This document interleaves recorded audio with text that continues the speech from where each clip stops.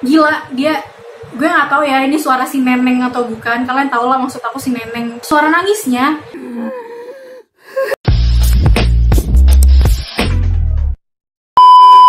Hai semuanya, selamat datang di YouTube channel aku. Jadi seperti biasa di video kali ini aku mau share ke kalian tentang cerita-cerita horor.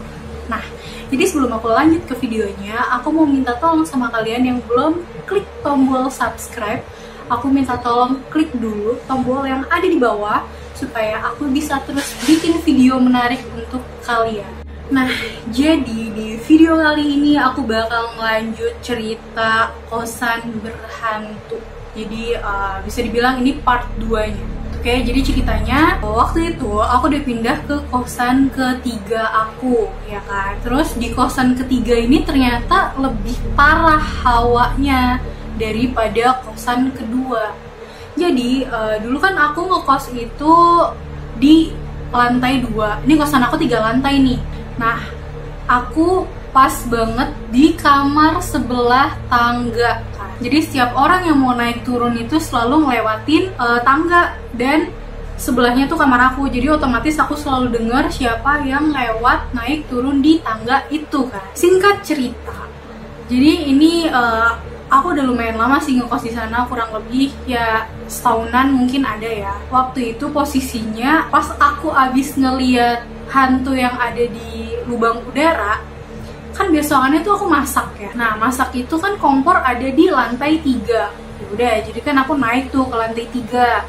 Jadi karena aku ini suka banget masak kalau di sana, kalau nggak pagi banget itu biasanya malam banget. Ini pas waktu aku masak lagi posisinya malam ya. Jadi di dapur umum aku itu di tengah-tengah lorong gitu kan. Jadi dia ini ruangan, ya kan, ini ruangan. Itu di depan itu ada kamar, di tengahnya itu kosong. Di belakang lagi tuh ada kamar, jadi kayak dapurnya tuh di tengah-tengah. Aku lagi masak posisinya sendirian tuh, nggak ditemenin sama temen aku, benar-benar sendiri di atas di lantai 3. Kan di lantai 3 ini cahaya penerangannya kan kurang, gara-gara ketutupan, pokoknya dia di pojok gitu deh dapurnya, jadi kan ketutupan, gak ada cahaya kan. Ya udah tuh, aku masak sendirian di sana. Horornya pas aku lagi masak, kalian tau gak sih, itu lampu.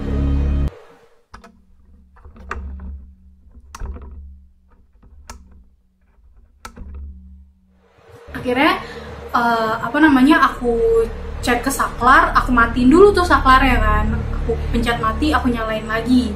Terus tiba-tiba dia nggak mati nyala lagi, jadi kayak normal seperti biasa, tapi itu hawanya tuh nggak enak banget. Jadi kayak ada yang ngeliatin kita dari setiap sudut gitu loh, padahal tuh di situ nggak ada apa-apa. Nah, mungkin aku ngerasa nggak enak kayak gitu karena itu dia di pojokan kan, di pojokan gitu, terus gelap. Orang yang lewat situ tuh kayak ya udah cuman sekedar lewat aja. Nah, jadi karena aku ngerasa nggak nyaman gitu kan, akhirnya aku menceritakan itulah ke temen aku yang ngekos di situ juga.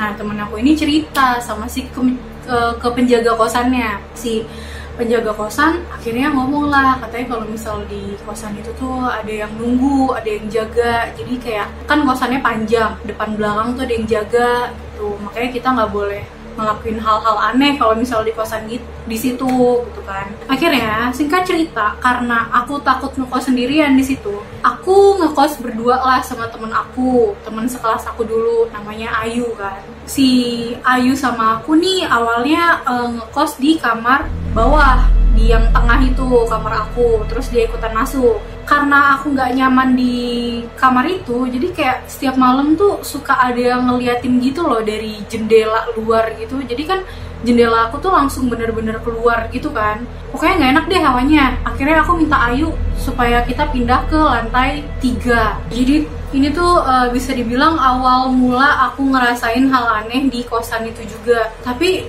ngerasainnya yang bener-bener diganggu gitu, nggak kayak pas waktu aku sendirian di sana dan baru pindah. Jadi aku kan punya teman yang ngekos di situ. Teman dia tuh bawa temennya lagi lah nginep di situ. Akhirnya kan rame di kosan itu. Si teman-teman aku ini kenalan sama ada cewek di kosan lantai 2 itu kan. Aku nggak tahu kenapa tiba-tiba teman aku bilang kalau misal si cewek itu tuh kesurupan macan.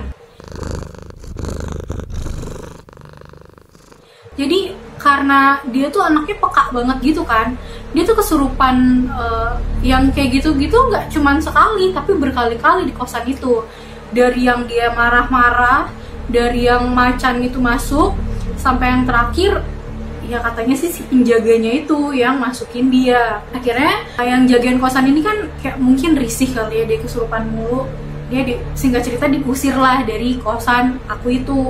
Kalau misal di kosan ketiga aku ini, teror yang aku rasain itu gini. Kan pas aku sama temen aku si Ayu ini, kita nggak pernah ngerasain hal-hal aneh gitu, tapi setiap Ayu balik ke Indramayu itu, kalian tau gak sih, setiap aku tidur itu suka ada yang ngetok-ngetokin jendela gitu loh.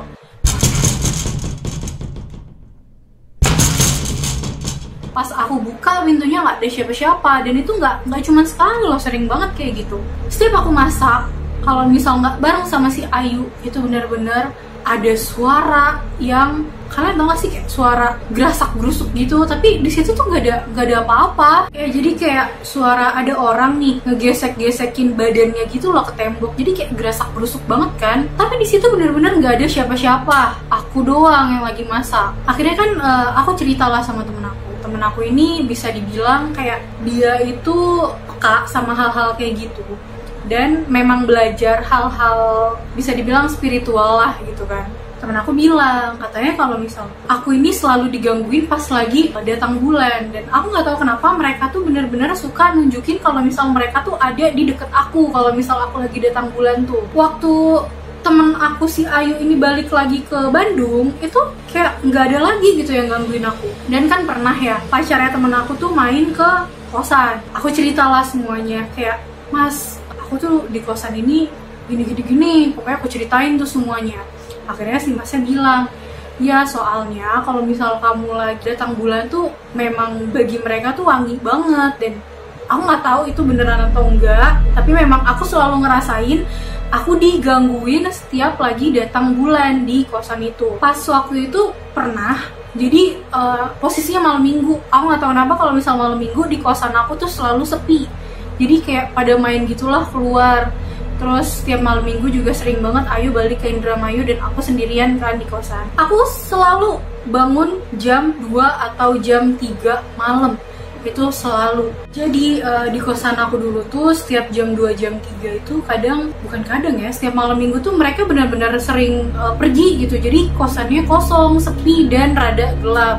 Karena benar-benar lampunya sama mereka dimatiin. Kalian pernah gak sih yang kalian sendirian nih di kamar, itu posisinya kayak kalian bangun tidur terus kalian denger ada yang nangis. Pas kalian kayak ketakutan gitu, akhirnya itu suara nangisnya tiba-tiba hilang. Waktu itu pernah, aku karena malam-malam ya, kadang kan aku suka sendirian juga tuh di kamar, gara-gara temen aku ini entah dia ke Indramayu atau ke rumah kakaknya. Di kosan, tiap deket tangga aku selalu ngerasa merinding banget. Jadi memang temen aku bilang di situ penunggunya singa gitulah ya. Kalau misal di kosan sebelumnya kan aku di terornya tuh kayak suaranya cuman garuk-garuk karpet gitu, cakar-cakar karpet maksud aku. Terus suara telapak orang jalan, terus suara gembok kebuka gitu kan. Kalau misal di yang kosan aku ketiga ini, gila, gue nggak tahu ya ini suara si neneng atau bukan. Kalian tau lah maksud aku si neneng atau ya kunti lah ya. Itu beneran kalian nangisnya, anjir, itu pas kalian denger suara nangisnya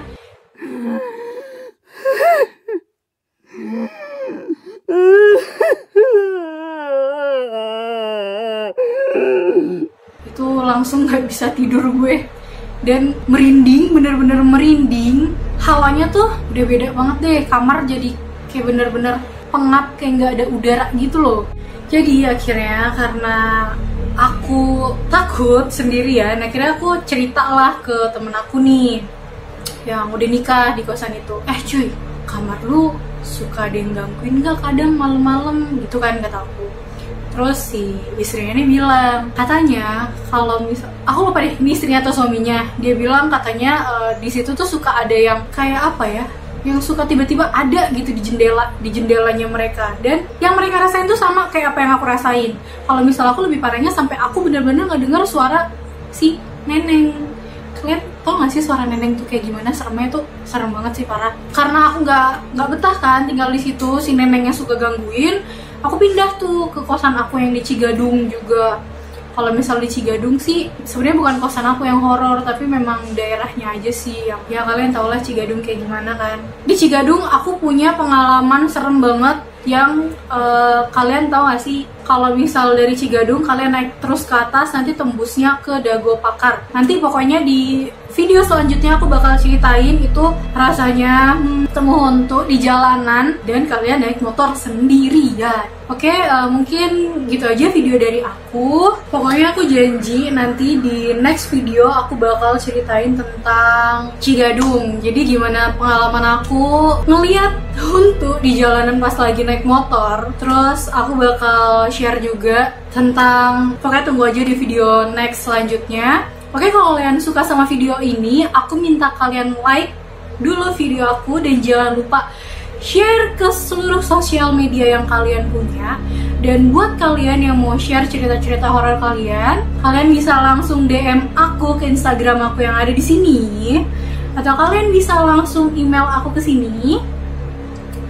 Dan kalau misal kalian punya ide aku harus bikin video apa lagi, aku minta tolong sama kalian supaya kalian langsung tulis di kolom komentar. Oke, buat semuanya makasih udah mau nonton video aku kali ini.